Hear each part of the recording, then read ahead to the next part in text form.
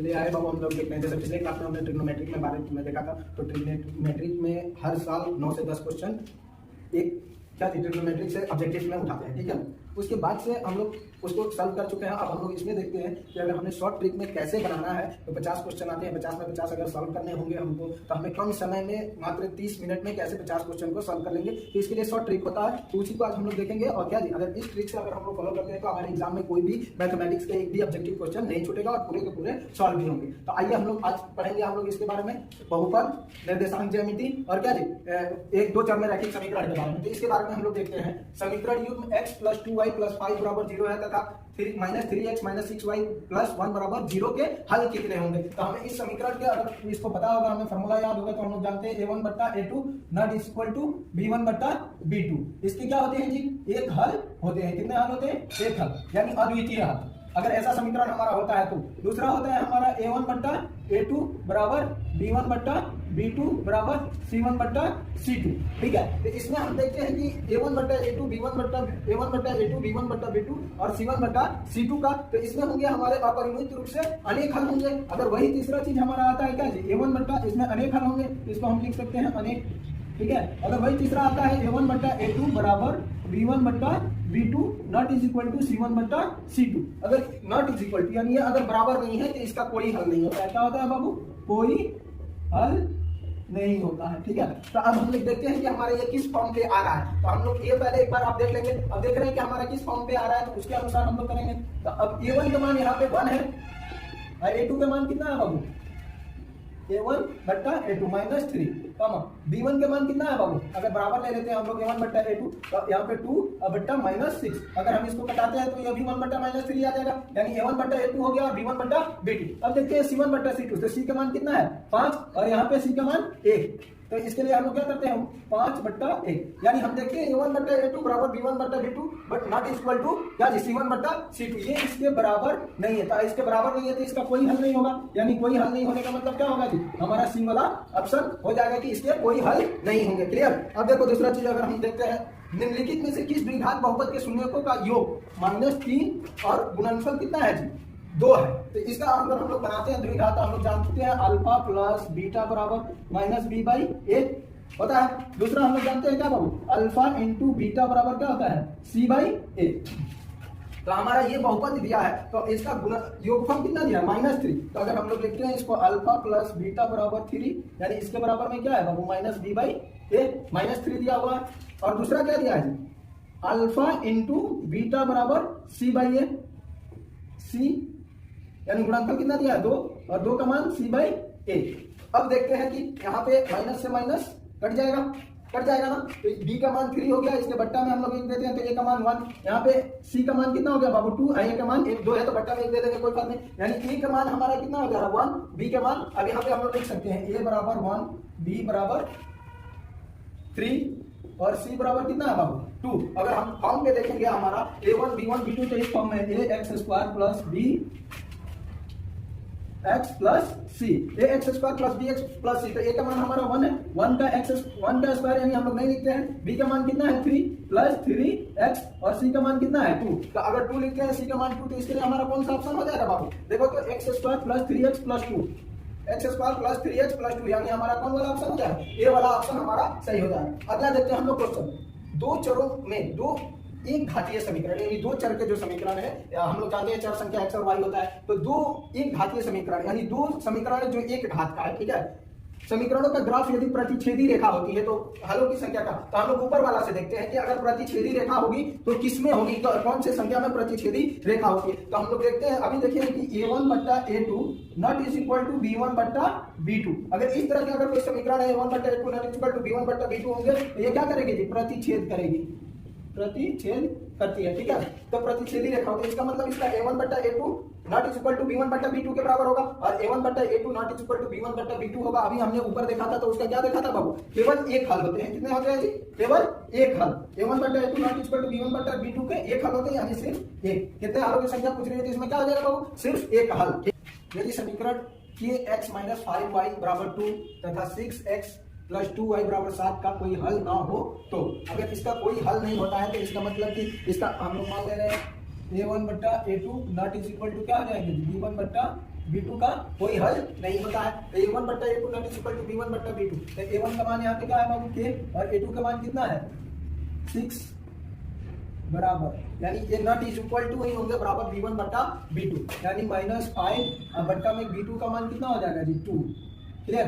अब देखते हैं ये नॉट इज इक्वल टू है बराबर है, तो अब क्या कोई हल नहीं है तो नॉट इज इक्वल टू है, नॉट इज इक्वल टू है। अब इसको क्रॉस मल्टीप्लाई अगर हम लोग करते हैं तो यहाँ पे क्रॉस मल्टीप्लाई करेंगे तो हमारा डायरेक्ट k बराबर ये 5 बट्टा -5 बट्टा 2, आइए इसके मल्टीप्लाई में आ जाएगा 6 हो जाएगा। ठीक है, तो 3 2 2 3 जा 6।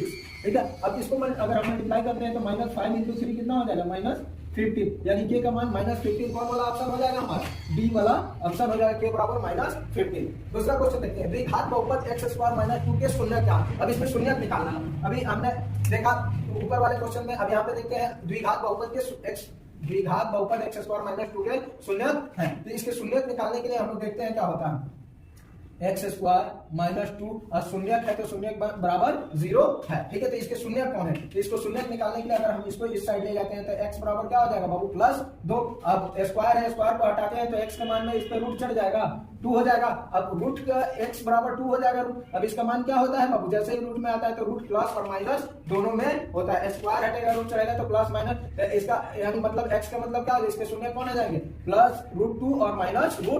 तो हम लोग देखते हैं बी वाले ऑप्शन में -√2 और +√2 इसके ऑप्शन है, तो बी पे टिक लगा लेंगे। अगर यदि px बराबर x² - 3x - 4 हो तो px का शून्य कौन होगा, तो इसको निकालने के लिए हम लोग क्या कर देंगे, इसको तोड़ेंगे तो x² + -4x प्लस x - 4 कर देंगे तो -4x + x - 3x हो जाएगा। अब इसमें से कॉमन करेंगे, अगर x कॉमन करते हैं तो क्या बचेगा यहाँ पे बाबू x -4, इसमें से x कॉमन हो गया। दूसरा क्या कॉमन करते हैं, यहाँ पे 1 कॉमन करते हैं तो ये क्या x - 4, यानी इसमें से x में x से मल्टीप्लाई करेंगे x², फिर x में -4 से करेंगे -4x, फिर वही चीज आ जाएगा। अब देखते हैं हमको इसके दो शून्य प्राप्त हो रहे हैं, एक x - 4 और एक x + 1। ठीक है, तो x - 1 के शून्य ज्ञात करना है, x - 4 बराबर 0, इसलिए x बराबर क्या हो जाएगा 4, जब 4 इधर जाएगा तो प्लस में हो जाएगा x बराबर 4, तो x बराबर 4 यानी बी वाला हमारा ऑप्शन होगा। अब देखते हैं अगला, यदि द्विघात समीकरण bx² + ax + c के मूल समान है, यानी अगर इसका मूल समान है तो हम लोग क्या जानते हैं जी, अगर मूल समान होता है, मूल मतलब क्या जी, d बराबर अगर 0, d मतलब विविधतर होता है। ठीक है, d बराबर 0 होता है तो इसके मूल क्या होते हैं, समान होते हैं, द्विघात समीकरण के मूल समान होंगे अगर d बराबर 0 होगा। अगर हम देखते हैं इसमें हमारा अगर व्यापक रूप कैसे होता है, तो व्यापक रूप होता है ax² + bx + c का रूप का होता है। लेकिन इसमें क्वेश्चन में हमारा क्या कर दिया, चेंज कर दिया, तो इससे घबराने की कोई बात नहीं है, हम लोग इसको उसी रूप में सॉल्व कर लेंगे। हम लोग इसकी जगह पे इसको लिख लेंगे क्या जी, bx² + ax + c।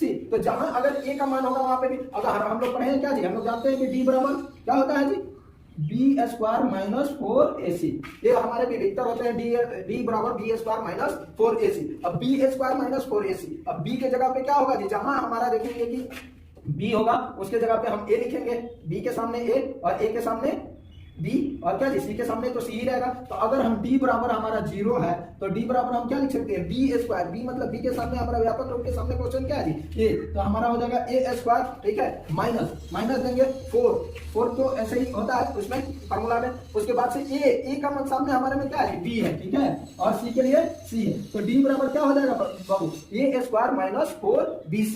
अब d का मान क्या है जी, 0 है, d बराबर 0 है तभी होगा, तो d बराबर 0 के लिए हम क्या लिख सकते हैं, अगर d इतना के बराबर है तो a² - 4bc, a² - 4bc बराबर क्या हो जाएगा 0, क्योंकि d बराबर 0 है तो d के बराबर है तो वो भी 0 हो जाएगा। तो अब हम देखते हैं हमारा कौन सा हो रहा है, a² - 4bc बराबर 0, a² - 4ac है, a² - 4bc बराबर 0, यानी हमारा डी वाला ऑप्शन हमारा सही होगा। बिंदु P - 6,8 की दूरी मूल बिंदु से कितनी है, तो एक बिंदु दिया है, इसके क्या मूल बिंदु मतलब 0 पॉइंट। ठीक है, मूल बिंदु मतलब 0 वाले पॉइंट से, जैसे अगर हम लोग दूरी निकालते हैं तो यहाँ पे 0 का पॉइंट होता है, उससे बिंदु P का दूरी कितना है, इस ग्राफ पे अगर बनाया गया है तो -6 मतलब क्या जी, तो x का -6 इधर -6 और y में 8, कहीं यहाँ पे बिंदु इसकी दूरी कितनी है मूल बिंदु से, इसकी दूरी फाइंड करने के लिए कह रहा है, तो इससे कहीं 6 होगा y में 8 होगा। तो इसकी बिंदु की दूरी फाइंड करने के लिए हम लोग निकालते हैं, यानी o, यहाँ पे o लिख देते हैं, ये हमारा डिस्टेंस p हो गया। तो OP बराबर अगर मूल बिंदु से निकालना है तो इसका फॉर्मूला होता है आपको x² + y²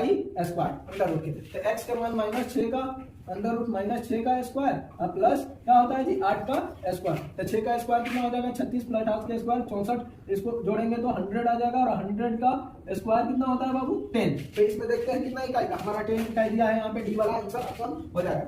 बिंदु -5 और 7 और क्या जी -1 3 के बीच की दूरी क्या। अब देख रहे हैं यहाँ पे 2 बिंदु दिया है, मूल बिंदु की बात नहीं कर रहे थे, इसका अलग फॉर्मूला होगा। अब इसके लिए हम लोग फॉर्मूला, अगर 2 बिंदु अगर मान ले रहे हैं, इसको P और इसको Q मान ले रहे हैं, तो PQ के बीच की दूरी के लिए फॉर्मूला होता है x2 - x1 का स्क्वायर प्लस y2 - y1 का स्क्वायर। ठीक है, आप इसको ऐसे भी लिख सकते हैं x1 - x2 का स्क्वायर, y1 - y2 का स्क्वायर, बीच में प्लस रहेगा, आप उस तरह से लिख सकते हैं। अब देखते हैं x2 और x1 का मान अगर लिखने के लिए हम लोग बात कर रहे हैं, तो ये हमारा हो गया क्या बाबू x1, ये क्या हो गया x2, ये y1 और ये y2, ये फॉर्मूला होता है। अब हम अगर फॉर्मूला पे बैठाते हैं तो क्या होगा, x2 मतलब -1 और माइनस कितना होगा, माइनस माइनस यहाँ पे 1 है ना, तो माइनस माइनस इसका माइनस और इसका माइनस प्लस हो जाएगा, -1 + 5 का स्क्वायर, अब प्लस y2 का मान कितना है 3, अब माइनस क्या है 7 का स्क्वायर, अब इसका स्क्वायर करते हैं तो प्लस माइनस 5 - 1 4 हो जाएगा, √4 का स्क्वायर, अब प्लस 7 में से 3 जाएगा तो -4 का स्क्वायर, स्क्वायर करने पर सब माइनस कैंसिल हो जाता है, 4 4 जा 16, अब प्लस इसका भी 4 4 जा 16, माइनस माइनस ये प्लस में बदल जाता है, ये कितना हो गया 32। अब अगर हम इसको निकालते हैं तो हम इसको अगर फैक्टर करते हैं तो कितना हो जाएगा, 2 × 2 × 2 × 2 × 2 × 2, 2 2 जा 4, 4 2 जा 8, 8 2 जा 16 × 2, 2 कॉमन हो गया था, ये 2 का फैक्टर निकल जाएगा, ये कितना हो जाएगा 4√2, 2 2 बाहर निकल जाएगा, 2 एक इसका तो ये 4 हो जाएगा, 4√2 यानी 4√2 हमारा सी वाला ऑप्शन होगा। ठीक है, अब देखो अगर आपको इस तरह के और भी वीडियोस पाने हैं मैथ्स में, साइंस में और सोशल स्टडीज में, सबके important question, long type, short type के जितने इंपॉर्टेंट VBI क्वेश्चन होंगे जो 2023 में पूछने वाले हैं, वो सब आपको इस वीडियो में दी जाएगी। और इस वीडियो बताया जाएगी जो जो इंपॉर्टेंट 2023 में क्वेश्चन पूछने वाले हैं, लगभग 70 to 80% इससे लड़ेंगे, मैच करेंगे। ठीक है, इसकी गारंटी। उसके बाद से अगर इसको वीडियो पाने तो सिर्फ मैथमेटिक्स नहीं, साइंस में भी आएंगे, सोशल स्टडीज में भी आएंगे, इंग्लिश में भी आएंगे, तो इन सबको वीडियो देखना है। ठीक है, देखने के लिए आप चैनल को सब्सक्राइब कर लीजिएगा और बेल आइकन को भी दबा दीजिएगा, ताकि उससे आपको आने वाला वीडियो का नोटिफिकेशन प्राप्त हो जाएगा। ठीक है।